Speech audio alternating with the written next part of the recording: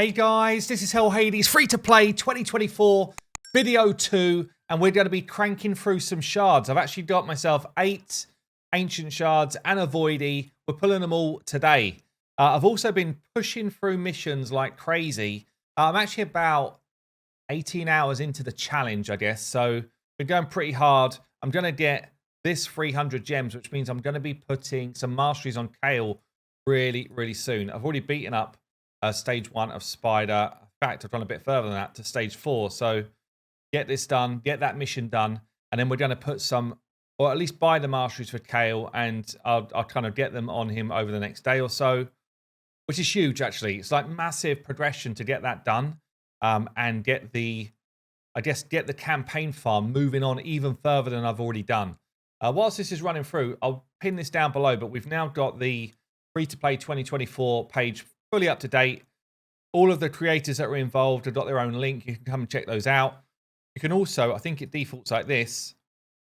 You can hit show leaderboards now. We're still grabbing all of the team data, but you can hit overall and it will show you where the teams are sitting right now. Anyone who's not used the optimizer with their team yet, you'll see we've still got some gaps, but I'd imagine over the next 2 days, we'll start to see these fill up and it will look a bit more like YST's here, who's currently topping the group in terms of team. But he's got the full 6 complement, whereas others have maybe got 2 or 3, 4, depending on how many people are giving us the info and are signed up with the optimizer. What's interesting, though, you can go into the community tab as well and click overall, and you'll start to see some crazy performances from the community, including already someone with a 6-star champion less than 1 day in, and hitting things like normal clan boss already.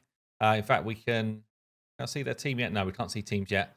But yeah, pushing on to stage 10s of dungeons. Some of them, like there's some crazy stuff already happening less than 1 day into the event, which is very cool to see. I think I was at least in the mix here somewhere. Maybe I'm not anymore. I was in the top 50 for overall, but I think I've dropped a bit lower than that now. But yeah, awesome, I guess, community engagement as ever. And if you've not started yet, it's not too late. What happens is these leaderboards rank by how much time you've played in the game. So let's say you don't start for a week. Absolutely fine. You can still rank yourself on all of these leaderboards as a community member. So absolutely fine. And all of the info about how to get it done is on this page, which I will pin down below. Let's go back to stage 1 so I can do a mission before I then go back to what I actually want to do. You can see my Kael is level 50 already. My Maud's level 40. I've got a bunch of 40s now. And basically my next kind of push is to get Maud to 50 and then Kael to 60 after that. That's my next kind of like 2 steps. Kael with Mastery should give me the farm point that I need, the one that I've been after. And we'll be able to just kind of like go full food grind on Kael mode, which is kind of where we need to be right now. There we go. Job done. Job done. Job done. Grab my gems. Beautiful. Keep it moving. Loads of progression there, and obviously I can keep this going as well. Over 1,000 gems. First thing I do is go straight in and buy Kael's Masteries. What we've got left? 280 gems left. I'm just going to show you quickly actually as well before we do the shards. My campaign progression. So 3-starred everything up to Hallowed Halls on normal. And I need to get a couple more done there. And then on hard, I've just kind of like just cleared with whatever, basically. I've just done like 1-star clears all the way through. But I could push, get some more of this done. And then I'm basically on the boss on hard, which I probably need just Kael's Masteries to get that done. Then I can move on to brutal as well. But the cool thing is I do have a farm spot on hard, Kael already. So 12 free hard, already on farm with Kael, which is where I need it to be, honestly. It means that I can, this is my food farm point for now. And in terms of build, one of the things which you can do, which is very effective, is just put one of the divine sets that you get onto your Kael and make sure that you level up the rest of your gear. So you can use something like the divine life set that you get if you've got good stats on that, or I'm using the divine offense because I actually did get good stats on that. Even though it's 3-star, for now it's going to do the job. So that's super cool as well. I also need to show you, I did a bit of a faction war push today, just getting myself some extra levels and some glyphs coming in straight away. We did a half decent clan boss hit as well, 1.1 mil. So everything's starting to move, and that's really nearly all Kael damage. That's why Kael's so effective as your early game champion. I have utilized books in Kael already, so he's nearly fully booked. Just got one to go in here. I can book him straight out. I think that's fine to do that. There is a mission at one point where it says fully book a champion. I don't know how soon that is, and I don't want to do it and then be like, ah, crap, I don't know books.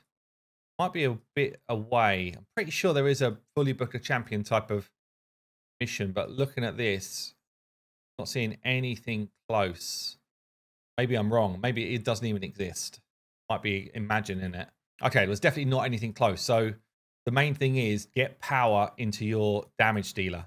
Who for right now, it's going to be Kael. So Kael fully booked and good to go. Did I not fully book him? Now fully booked and good to go. All of that extra power just enables you to do your clears really quick. Something else I wanted to show you. Oh yeah, Arena. This is looking good as well. So I'm in Silver 2. I'm looking for just achievable fights. I'm actually out of tokens right now, but I've been farming the arena pretty hard, doing my arena challenges. You can see here, in fact, we get a few more gems. I have 100 gems there. I'm into the final stage of arena challenges already, which is really cool. Kind of onto 3 of 5 on dungeons. There's more shards to be gained here. That's a little bit more difficult. I actually can't equip an accessory on anyone yet, but this will be more books. And yeah, we're kind of like moving on all of the challenges as well. So missions and challenges have been a real focus for me. You can also see that my novice tournament group has gone well. 3-5-7-2. A lot of that is just activity across multiple areas of the game, which is important as well. So let's see what we get then on the first shard pools. Barracking the Fat is definitely a go-to. Now, I will say for me, I've got a burner, got a poisoner, and I will have a decreased defense A1 with that legendary champion. So 3 of the things that Farrakin does, I've already got something to do with that. But ally attack is just too strong. Plus, he gives you really good buffs. Plus, doubling up on those things is no crime. Yeah, it's definitely a good thing to do. So he, by far, I think, is the best epic in the mix right now. And I would definitely say, like, pull shards early to get yourself some cool stuff. And yeah, maybe once you've got yourself a bit of a roster, once you've got yourself some epics and some champions to work on, you could hold off pulling shards maybe after like a few days, maybe after a week. You stop pulling shards and then you start to save for specific events. It just happens that, I mean, I would say pulling over weekends is better than not, because at least something is going on. But yeah, don't get into this kind of position of, oh, I never pull shards. I will never pull shards, because that's actually the wrong way to play the game, especially early. Get a few more slots. I'm also going to put some of my food champs in the vault for now, just so that I can make some more room. And let's do this. 8 ancient shards. Let's go. I really want to see an epic in these 8. That would be huge for me. Anyone like this dude, like, I have to remind myself again, do they do anything that's actually useful?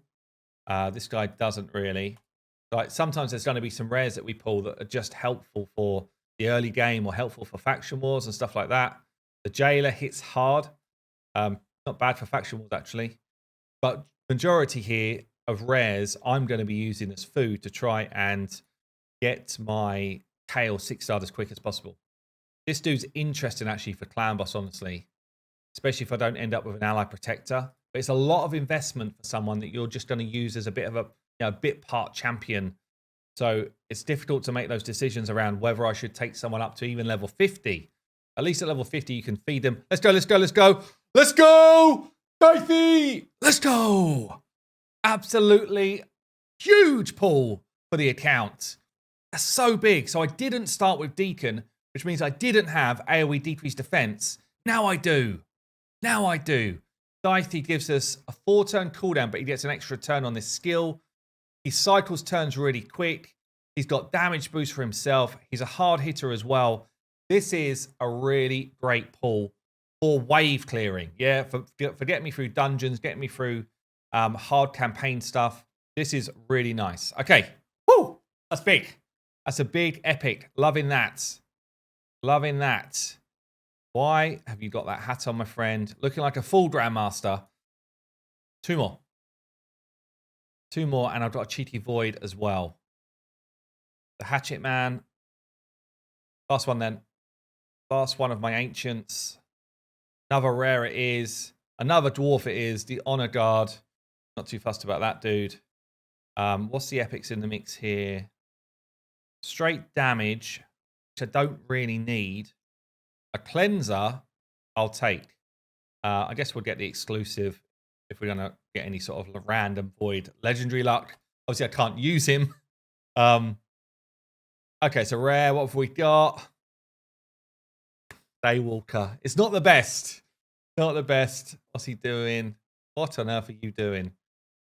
Hold on a sec. Weak Source Ally Protect. Books to a 3-turn.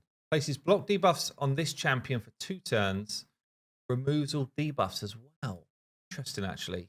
This guy's actually interesting. Like, I mean, he's not great, but he's a rare, very cheap to book. And okay, it's Weak Source Ally Protect, but that's kind of all right for now. So this guy might end up just giving me a bit more longevity on my clan boss. Interesting. Okay, and he's got horrendous base stats. Yeah, I don't know. I don't know if I'm going to invest in him or not, but it could be worse. Put it that way. It could be worse. We get anything for summoning that many? Bit of energy, some extra gems again. There's even a good thing to say here. You either turn these gems into energy at this point now, or you turn them into shards. Like, it's not a bad vibe to go even more pulls at this point. Get more in the roster so that we can get our 6-star quicker. It's a dodgy one, honestly. This is definitely like this is what a lot of players will do. It's not necessarily the best thing to do, but I've got a number of ways to get energy right now. I'm thinking I go 3 more and just top up the champion pool even a bit more. Even a bit more. And if it's going to be for acting the fat, that's fine. That would be fine. But, you know, just more 3-star chickens if that's what they need to be. Or a deeper roster for faction wars is useful. The Wretch at least will give me heal reduction for one of my missions, actually. That's another thing you should be looking out for, by the way. The Judge is actually kind of decent. Yeah, you should be looking out for abilities that you need at this moment in time to beat a challenge. Yeah, so if you've got a challenge, we had one which was like a decreased defense challenge, right? Place block debuffs on a champion. Yeah, so just look out for these dungeon challenges. Heal reduction here, steal a buff here. Because now they've actually added something into the game, which is pretty cool. Where you could be like, right, I need heal reduction. Debuffs. Have I got anybody that does it? Heal reduction, heal reduction. These two do. Nobody does the big version, right? So these two could be used for that challenge. I needed decreased defense a little while ago. So I went like this, and I realized I had it in a rare, not a rare, sorry, and a common. I just put 2 pieces of accuracy gear on him, ran the force keep, and got the challenge done with a common. Doesn't matter. Just got to give them a couple of pieces of gear. And the fact that we've got free gear removal right now for the next day or so is even better. Every Raid Shadow Legends, every single new player account should have 100% free gear removal for like the first fortnight at least. Let people play the game. At least the first fortnight. Probably, honestly, at least the first month. It would keep more players in your game. Yeah, being able to move stuff around for challenges, to understand the game better. When silver is a real challenge anyway, it would keep more players in your game. For sure it would. But anyway, there you go. Look, tons going on. The account is getting turbocharged. And yeah, we move forward. Scythe coming up next.